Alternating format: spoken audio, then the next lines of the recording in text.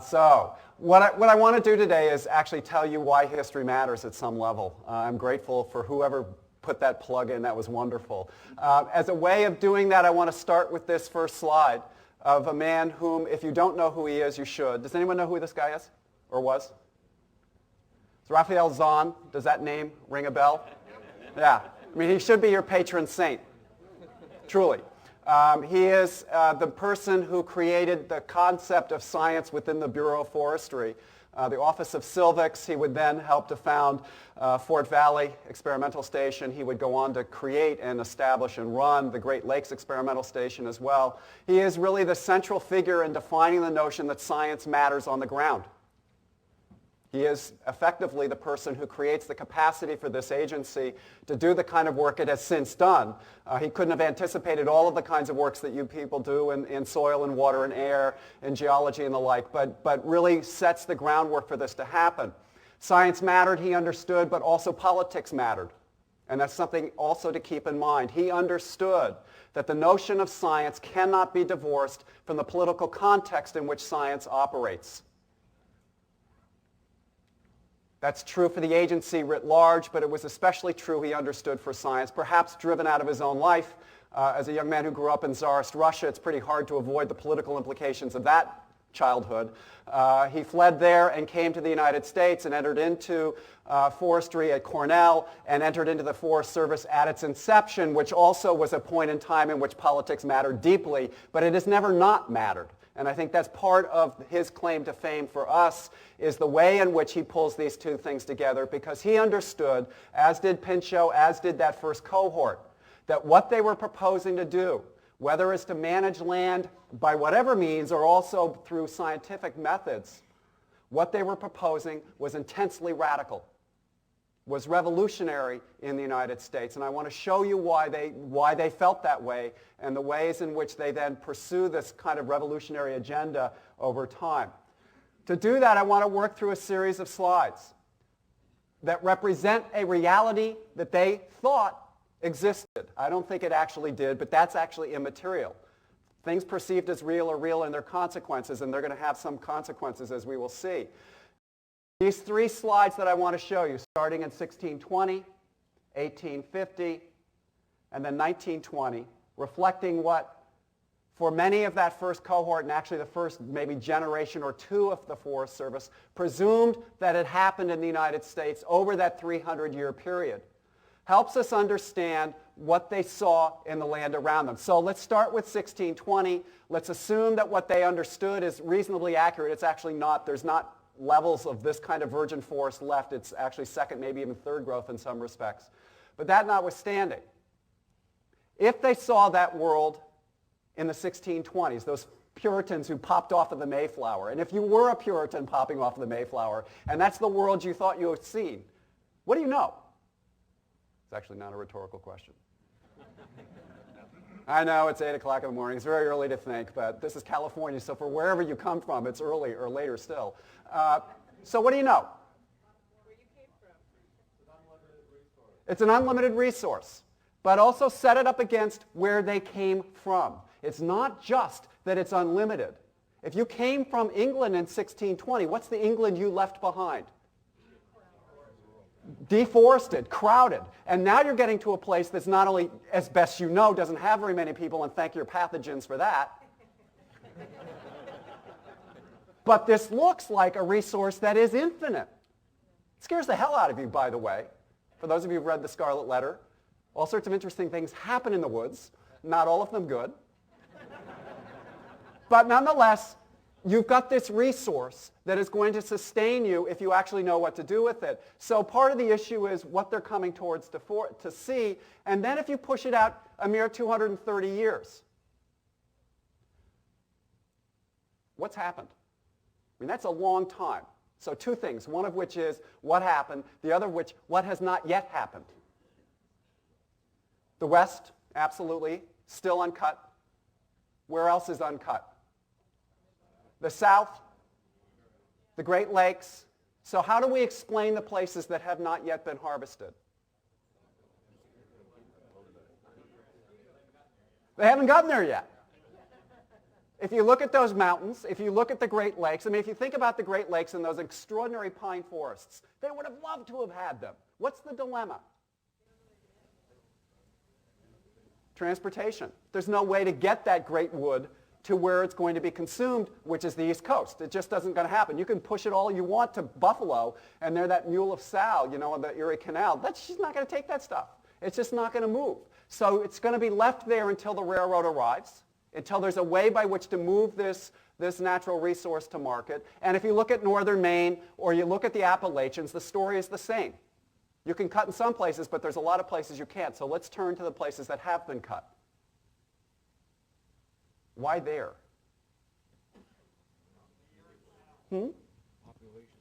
Population centers. So how do population centers account for massive harvesting along the eastern seaboard in particular? What's the mechanism by which they did it? Rivers, meaning what? You can move it. You can move this stuff. Keep in mind that human beings are very lazy. If we can figure out a way by which to have some other energy push something for us, then we're going to do it. You're not going to do it in the Appalachians because that's too complicated, but you will push it in another way. But how are they using the wood? I mean, shout it out. What are they doing? Buildings, ships, firewood, clearing land for crops, for agriculture. It's a very aggressive agriculture. Agriculture is an invasive species. It has to be. It has to fundamentally transform the landscape before you can actually do this. So one of the things is we're looking at this and we're thinking, how else are they going to heat their homes that are built out of wood but using wood to consume? The city of Philadelphia in the 1820s was consuming annually 17 square miles of forest solely to burn as heat energy and blow the smoke out the chimney. One of the ways to look at this in another sense is to go look at historic photographs of American cities well up through the 19th century. Don't look at anything else but the chimneys and count the number of chimneys. It's astonishing. For those of you who've been to Raleigh-Durham and seen the old tobacco sheds, which are still there, just count those chimneys and you realize what happened to the Appalachians. You grew tobacco in the Piedmont areas and in the lowlands, and you brought the other resource down to dry it so that you could produce this evil weed that made a ton of money. So that we've got some very interesting situations that are unfolding in this landscape that are being transformed in a way, but not to the degree, not with the speed, and not with the sort of energy that created this world a mere 70 years later. So what's the difference between 1620 and 1850 and 1850 and 1920? The railroads, but let's take the railroads as symptomatic of what? An industrialization. It is the marker, and there's lots of ways to do that. If you just take what the kind of natural resources that a railroad has to have to operate, start with the rail tie. How many rail ties per mile? A bunch. Excellent. Good answer, especially at 8 o'clock in the morning. Because who knows, really? It's 1,800 roughly. But that's almost not important until you ask another question, which is how long do they last untreated? Not very long, 2 to 5 years. So imagine building the Union Pacific. Hammer, hammer, hammer, hammer, hammer as you're working your way across the United States. What has to happen behind you as you go west? Somebody has to be hammering new ones in as you put in further ones out. I mean, it becomes a very important argument. Something like billions of board feet went into rail ties before 1900. It's the Forest Service that invents the notion that you can soak those things into creosote. You're using science to extend the capacity of this economy to sustain itself, to produce that new kind of rail system, the likes of which the world had never seen, and logically so. If you think about those resources in another way, it's not just wood, but you need coal to create the iron, the rails, and you're getting the coal from all sorts of places, but how is the coal going from wherever it's mined, West Virginia, Pennsylvania, the South and other places, to where it's going to be smelted in Pittsburgh and Homestead, Pennsylvania, on rail lines? So all of this has to happen simultaneously. The iron ore itself is coming out of the Mesabi Range in northern Minnesota. How is it getting there? It has to be pulled out through mines of the like. Coal is being now mined 5 miles below ground. If you want to survive, what do you better do with those mine shafts? Shore them up. With what? Timber. Where are you going to get that from? That explains the far west. Well, how are you going to get the timber from the far west to these eastern mines? Railroads. I mean, all of this has to happen simultaneously or none of it takes off. The key thing to understand about an industrial revolution, wherever it is that it doesn't always happen in places because they can't put the pieces together at the exact same moment. So that exact same moment, it turns out, begins in the 1850s. If we had not had the Civil War in which we decided to murder one another at extraordinary rates, we would have had an industrial revolution a lot faster because it was starting to take off, and it stops because of the Civil War to pick up later and then absorb millions of people into the United States to come into those massive cities that are exploding in size, New York, Boston, Philadelphia, and the like, which is only going to increase the appetite for wood, push those markets in ways that they have never experienced before, and really fundamentally reorder the way Americans think about their lives. But if you take these three slides together, 1620, 1850, and 1920, and not ask a historical set of questions about them, but actually what they must have represented to people, we can have two precisely opposite ways of thinking about those three set of slides. One is that it represents progress. Going from black to white, in effect, represents a kind of progress, the likes of which, frankly, the world had not witnessed before. The United States went from, let's be generous, a 10th-rated power in the 1780s to the world's most powerful nation within 140 years. By 1920, the United States currency was the world's currency. We were the creditor nation of the globe. We had an empire, and you may not think owning Guam makes you an empire, but it does. Cuba and the Philippines help, but Guam is really the keystone species of this whole process. We have an empire, we have a powerful economy, and you can go back through those slides and say, I know how it happened. It's because we had these natural resources, wood most especially, that allowed this transformation to come forward. What's the other way of looking at it? More our language than theirs. An ecological disaster. If one's progress, one is decline. And you could hold both opinions simultaneously, as we see. In fact, they're able to do something that we tend not to be able to do, which is to see these things as parts of a whole, that these were, in fact, woven in together, which raises then the question of a series of photographs coming again out of the Forest Service archives. Why would the Forest Service take this photograph of Michigan in 1910 or this photograph of Colorado in 1915? Accomplishment reports.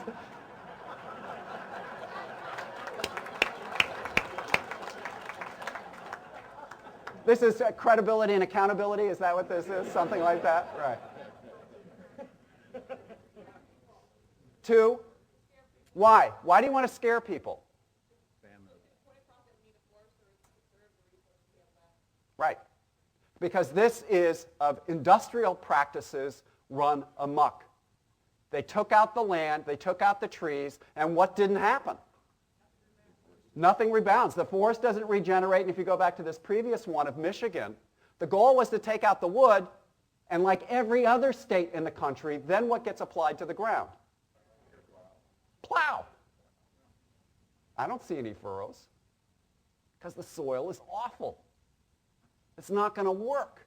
And the logic of the argument for the Forest Service early in its tenure is that it needs to make these claims and make them visual. The real genius, I think, of Gifford Pinchot was not that he was a forester. He actually wasn't very well trained.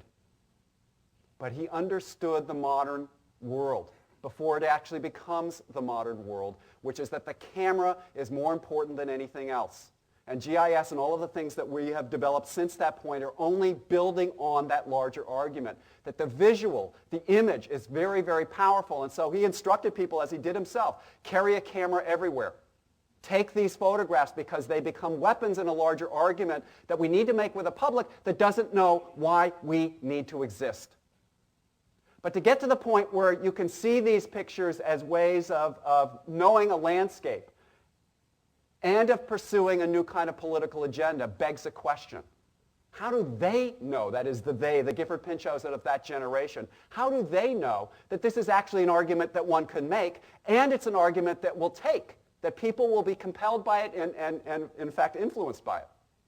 To understand that, you have to get behind the photograph, in effect, to look at the images and what those images help us understand, because they're tied to an intellectual history, a cultural history of some import. And it is imported, by the way. This is a European conception that a series of people, and Pinchot's last in the line, in effect, of this process, who bring these ideas across, a kind of technological transfer that takes place beginning in the 1860s and the 1870s. This photograph is of the forestry pavilion in the 1870s Paris exposition, to which the United States sent a series of commissioners, one of whom was a guy by the name of F.P. Baker from Nebraska. And his job was to go to the forestry pavilion and write a report about European forestry, about which he knew virtually nothing. And he was blown away when he went in here because he saw what the French were beginning to do. The French had done, the Germans were doing, the Swiss had done, the English were also doing in India. All sorts of things are starting to happen in which it's becoming clear that you can actually manage landscapes if you have the political power and jurisdiction to do so. The problem always was for Americans, and it still is troubling it to us today, is that to do that, you have to have political sovereignty granted to you that European states had out of monarchies, and even the Napoleonic Republic had, that the United States had not yet developed.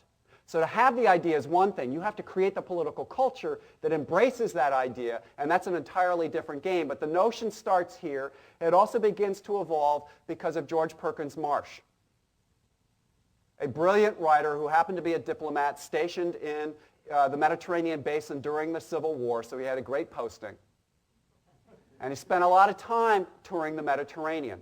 And I think there's a relationship between the bloodshed and the destruction that he heard about while he was in Europe and what he started to look that had already long happened in the European landscape. And what he saw in Italy, in Greece, in Turkey, and in Lebanon were despoiled landscapes in which the natural resources had been destroyed at some, or consumed, let's argue, but consumed to such an extent that it was unsustainable. And so he looked at Greece, saw very few trees. He saw a grazed over landscape, but very few trees. There were no cedars of Lebanon. Turkey, a former empire, had basically collapsed. The Romans, long gone. And he made a creative leap. The leap was, there's a relationship between resources and civilization. And if you can't hold the two together, you can't have either one of them. And he makes this leap because he grew up in Vermont, which is an odd connection, but you have to follow me on this one. It's a small state, but it loomed large in his head. Because when he grew up in Vermont in the 1820s and 30s, and he talks about this to a degree in his book called Man and Nature, his father would take him fishing. Only his father would explain to him why, in fact, there were no fish in the river. Because by the late 18th century, Vermont was like England 150 years earlier, totally deforested. And you would talk to him about the stream and then say, look at the hill. And that's the thing that you have to understand. There are no trees, the silt rolls, the erosion happens, it fills up those rivers, we can't find fish. So as Marsh tours the Mediterranean, he makes this connection between what he saw on the ground in terms of what had happened in the European world and what he thinks is coming to the United States. And so his book, Man and Nature, poses for us the language that we still use. The language is twofold. First of all, the apocalypse is coming. But if he left it there and simply said the apocalypse is coming, what's going to happen to his readership?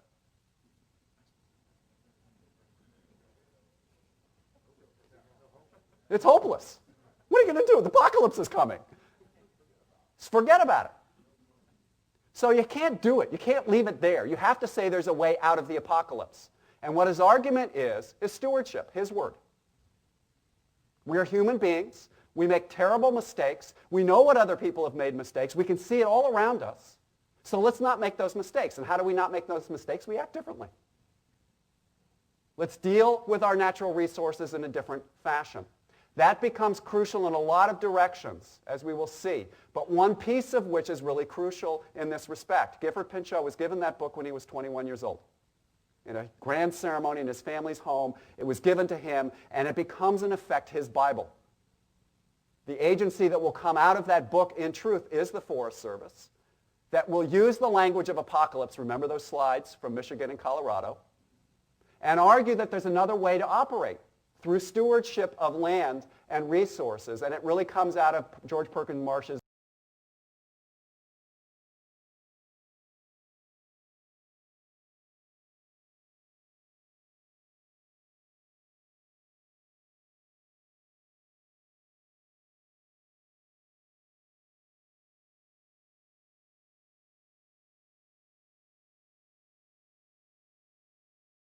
There's another who makes these same claims, George Bird Grinnell.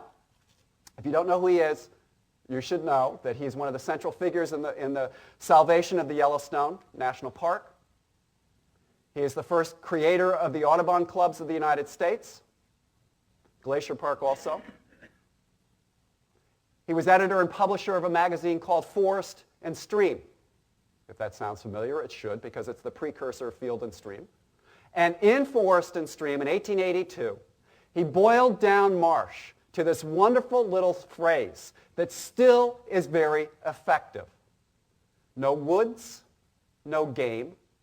No woods, no water. No water, no fish. It's not bad. 6 words. Kind of works pretty well. And the argument he is making is not to the readers of Marsh's book, but in fact the readers of his magazine who belong to rod and gun clubs all over the United States, energizing that volunteer grassroots movement that had begun to emerge in the 1830s, arguing to them, habitats matter for the things that matter to you. And if you continue to slaughter animals at the rate you're doing, and the passenger pigeon becomes one of the literal marker species of this process, then it will not be possible for you to pass along those traditions to your children. It simply won't happen. And so where Marsh can give us the broad vision, it's Grinnell that starts to put these things to play in politics, to inject them into the public discourse and the debate about what the United States should and should not do in the late 19th century. And the way I know this stuff actually matters is you go to the comics.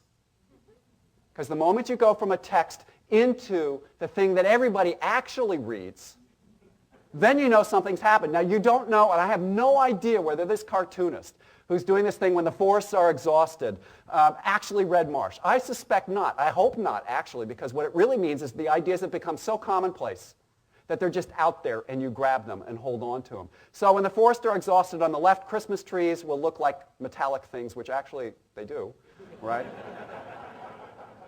St. Louis will be a disaster because the Mississippi will have dried up. Keep in mind, George Bird Grinnell, no woods, no water. Des Moines will become a desert. Actually, Des Moines is a desert.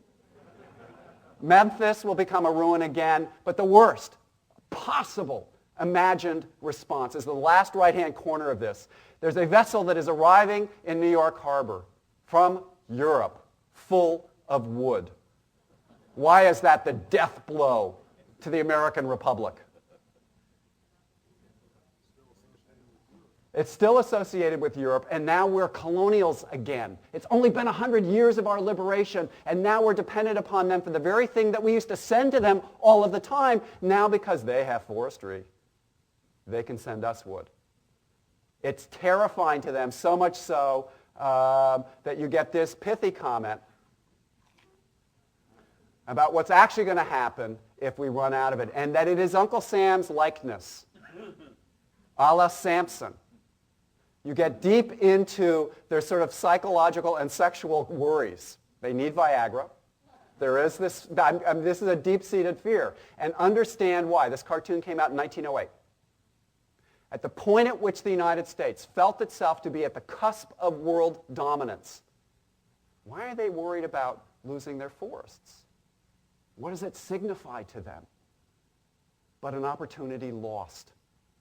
And they're reading Marsh even though I suspect they're not reading Marsh. They're seeing this world in a way that terrifies them, however true or untrue it may be. So what we get to see is that there is a legislative reaction to all of this energy and discussion about conservation. Congress is not proactive. I know that's a real shock to you. They react to pressure. And whether they read Marsh or not almost is immaterial because Marsh is quoted in the congressional record. Whether they saw these various cartoons or not actually doesn't matter, because clearly there is being pressure placed upon them. And the way you know that is you go through the legislative record. They never talked about trees before the Civil War. After the Civil War, they can't stop talking about them. So something has happened. And the conversation, they don't pass these bills, mind you, but they get routed through committees. Well, they've never been through committees before because no one had thought that that was actually an issue one had to deal with. Go back to the 1620s. The notion is that it's inexhaustible. But if you start to talk about their exhaustibility, then there's a tipping point that's taken place sometime in the 1870s when this process begins to unfold. Within 20 years, there is legislation that does make it through Congress that creates a radical and revolutionary new conception, which is that public lands, or some of them, must be held in public hands, controlled by a new branch of government, or at least a newly invented agency in time, so that you can argue that there is now a map that has blotches on it, and we'll call these blotches forest reserves, that they're not going to be given away. We will regulate them, we will manage them, all sorts of things are going to happen, but they will never be sold. Keep in mind why this is revolutionary. Since 1620, the public domain was something that the government, over time, wanted to get rid of every single acre, and now this generation is saying no. There are some acres that are not going to go down that route. There are some acres that must be controlled, and in fact, the acreage is going to grow. From 1898, when Pinchot entered into the Division of Forestry, soon to be the Bureau of Forestry, to 1907, when the national forests now are named national forests, there is this radical shift in how the government begins to imagine this landscape and a way of thinking about it. If you take those first three slides, 1620, 1850, 1920, and you're moving from black to white, and although the color scheme doesn't quite work in this case, what we're trying to do with these forests is to move from white to black and to move the story forward in a different direction. But to do that requires some nifty little tricks, creating cool hats and guys to fill them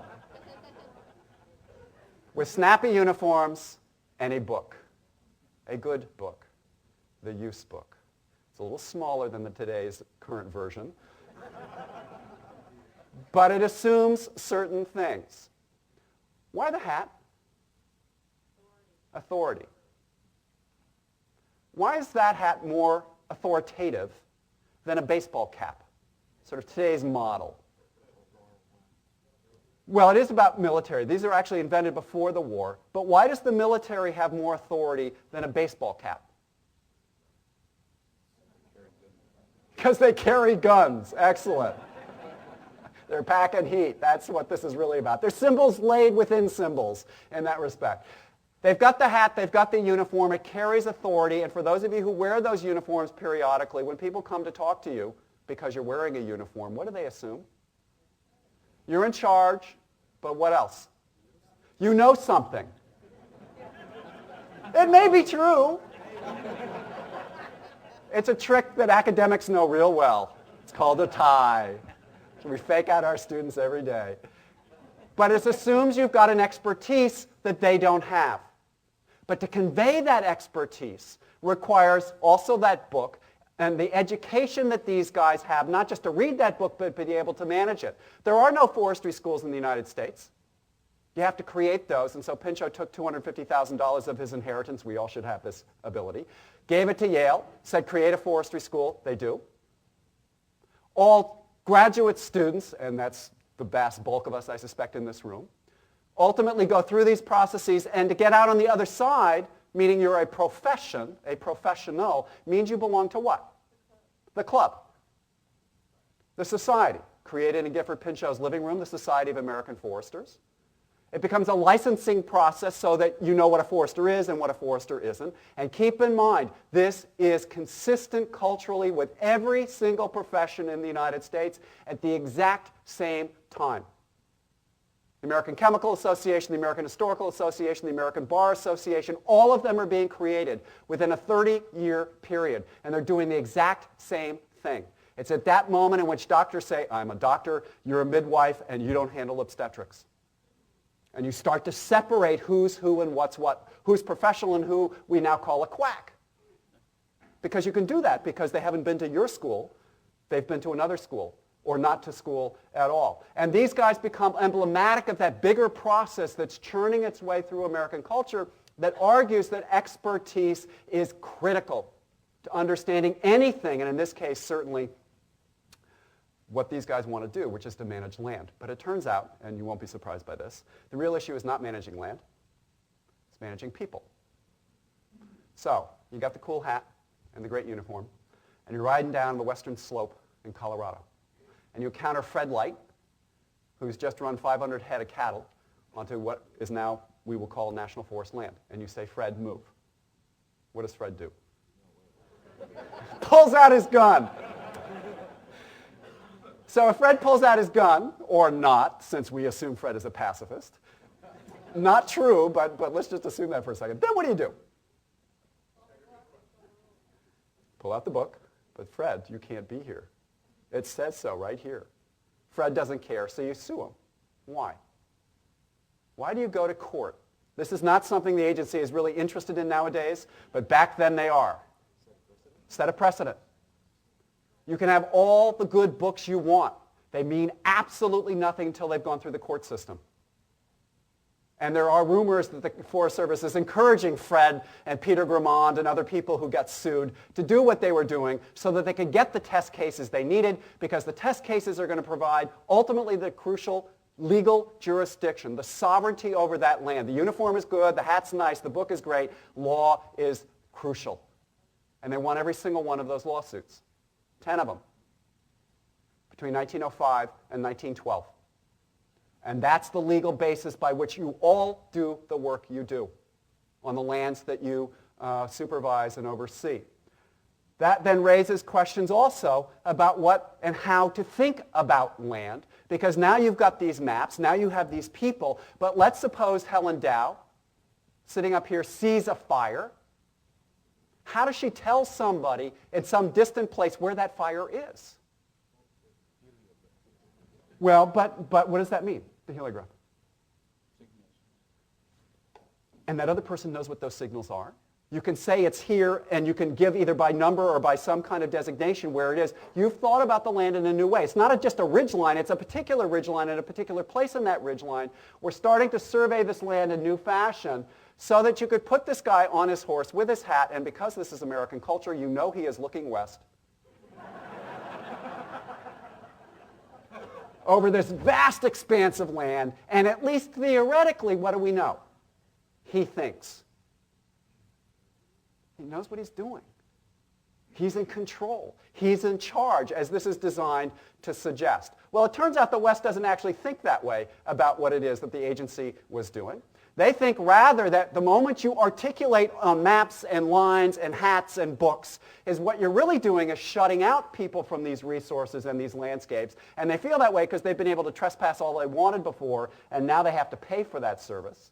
Pinchot on a bucking bronco trying to break the West is going to fail, and we know he's going to fail because the hat he's wearing has no authority in the West. A Panama hat, please. What does it signify? He's an East Coast dude. He doesn't know nothing. So why should we listen to him? Or better yet, the logic is also, please note the teeth, that really what's at stake here is a new kind of federal sovereignty being manifest by Teddy Roosevelt's impress, literally impressed into the land of Colorado, that the executive branch, through the agency, through the Forest Service, is enacting power it never had before. And in this case, the West is absolutely right. What Roosevelt and Pinchot and others are effectively doing is creating the modern presidency. Roosevelt it is who named the White House because he wanted a visual representation of the presidency. The Forest Service becomes a real representation of that authority in landscapes where that authority had been missing, except for the military, and that's only sort of temporary and episodic. That's why, in effect, the West is responding in the ways they did, and certainly with this one, a cartoon Pinchot loved. Tsar Pinchot and his Cossack Rangers. Little did you know that's how you were thought of, or maybe actually it's not all far off the mark. With whips in their hand, and in the foreground, if you can see it, Westerners on a single knee, not two knees, otherwise that's a prayerful mode, abdication. You are deferring to the power of the executive branch, constructing a new perception of what's happening that Pinchot, frankly, disagreed with. The soft hat for him was, in fact, the hat that foresters wore, and the scientists wore in this process. Why? Because for the vast bulk of the agency's history up through the 1940s, you could wear a soft hat because very little trees are coming down.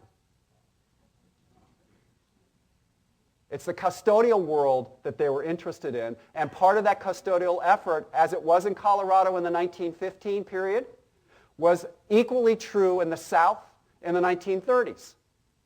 When the Dust Bowl rips through the erosion that tears apart that southern landscape, it's the Forest Service that goes and begins to replant, in this case Arkansas, but it could have been Mississippi, it could have been Alabama, it could have been the Tennessee River Valley, it could have been any place. I met a forester 3 weeks ago up in Missoula who joined the agency in 1933. He estimated he had planted 1 million trees in his career. Now, give him some exaggeration, he's 92. Even if it's only 500,000 trees, that's a hell of a lot of trees. And he effectively was arguing that that's what his work was, is to restore those landscapes in a way that would have done Marsh proud, and certainly from that agency's point of view, testifies to its larger history. The hard hat goes on in the 1950s. That's when the agency's timber cutting becomes much larger. This is from the Bitterroot in the late 60s. But it could have been the Gifford-Pinchot National Forest outside of Vancouver, Washington. It could have been the Monongahela in West Virginia, where the ultimate lawsuit emerges that will force the agency to begin to change its way.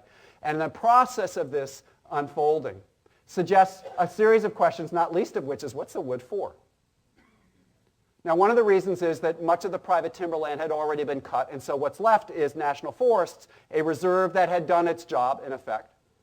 It's going into the home building world of the 1950s and 60s, and this is my favorite. It's so aesthetic. Levittown. I mean, it's a really fun place. But that raises then another question that's also very cultural. If you lived here, or any place like there, and God knows there were lots of places like this, where would you go to recreate? Not there. The national forests, let's just say. So if the place you go to helped to create the house you live within, what's the dilemma? It's shrinking, and you're confronted directly with the consequence of your own consumption.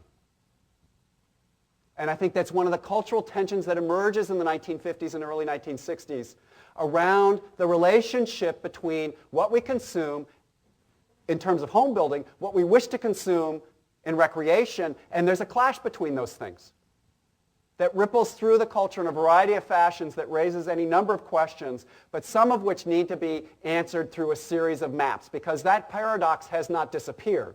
It's actually only extended and become more intense. So let me use a series of maps. I have to do this linearly. Forgive me. It really should be sort of laid on top of one another, but I can't quite do that. So let's start with roads.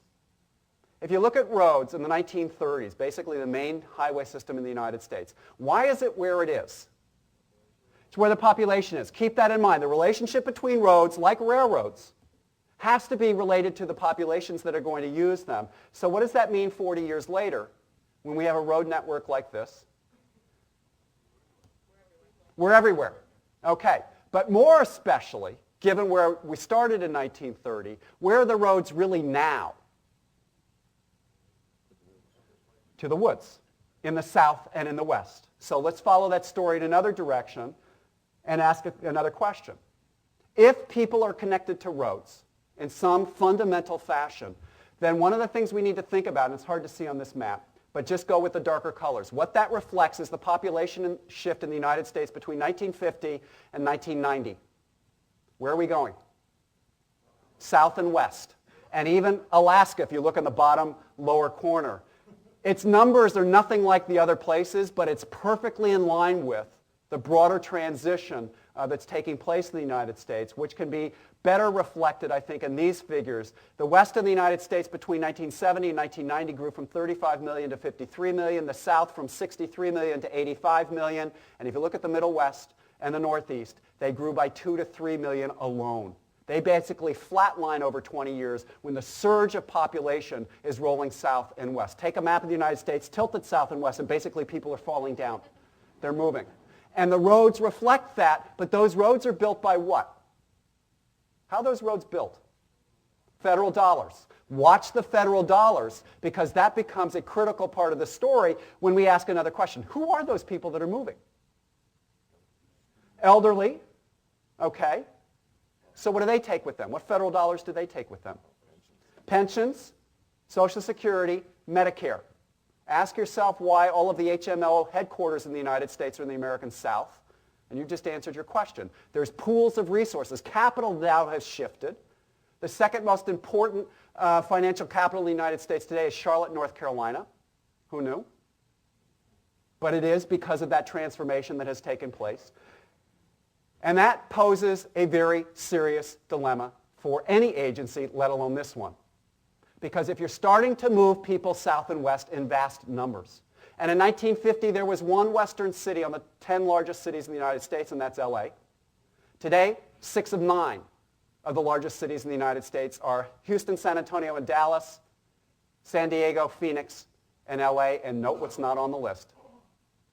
SeaTac, Portland, Salt Lake City, Las Vegas, Tucson, the Bay Area. You start adding those numbers together, and it raises another really interesting dilemma, which is put all of those maps together and then drop the final map of the National Forest System on top of it. And we've got people where forests are.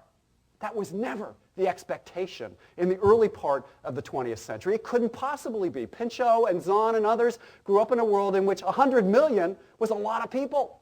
Well, we're bucking up against 300 million, and it's not just the numbers, it's where they are and where their economies are. Because the national economy now is being driven by a service industry that is largely located in the South and West, a medical industry that is largely located in the South and West, a computer industry and its affiliates that are largely South and West. So why won't more people move to the South and West? Well, of course they are. So the dilemmas that are now confronted today are only going to be escalating over time. And the key, in a sense, but again, this is only a kind of estimation of those processes. You put fire into this picture or put water shortages into this picture. And living in San Antonio, let me tell you, this is a critical issue. That line is important not because it's fire unto itself, but because it's a fire in a national forest next to a suburb. Add one final piece, which in November 2nd we'll also learn more about, which is politics. Getting back to the politics that Zahn and Pinchot well understood. If everybody's moving south and west, what do they take with them? Their vote. And those votes combined create electoral votes. And those electoral votes make this picture all the more important and all the more tense. Those powers aren't disappearing. The capacity for that suburbanite in that house to pick up the phone and call his or her representative and say, get this damn thing out, means that budgets are going to shift relative to those political pressures. Again, remember, it's not a proactive institution, Congress. It's reactive. And it's going to start to move in those kinds of directions because that's where the political powers are. And it's the presidency ultimately that will have the greatest power on that in the end. Because if you think about it, when was the last time a Northeasterner was elected president? Kennedy, 44 years ago. And if you look with a few exceptions at who ran and won and lost between those 44 years, almost all of them are Southerners and Westerners. That's not predictive. It is suggestive. Which is why the West Wing is fiction. In case you missed that part. What it ultimately means, though, is for the Forest Service, which has had to evolve over time in response to a variety of pressures, is now going to have to respond to a new series of pressures that have been manifest before, but I think that manifestation is only going to intensify over time. Because I think this is the new map of what any agency, any regulatory body must now confront. It's a new nation with a new set of problems that requires a new kind of agency mandate. Thank you very much.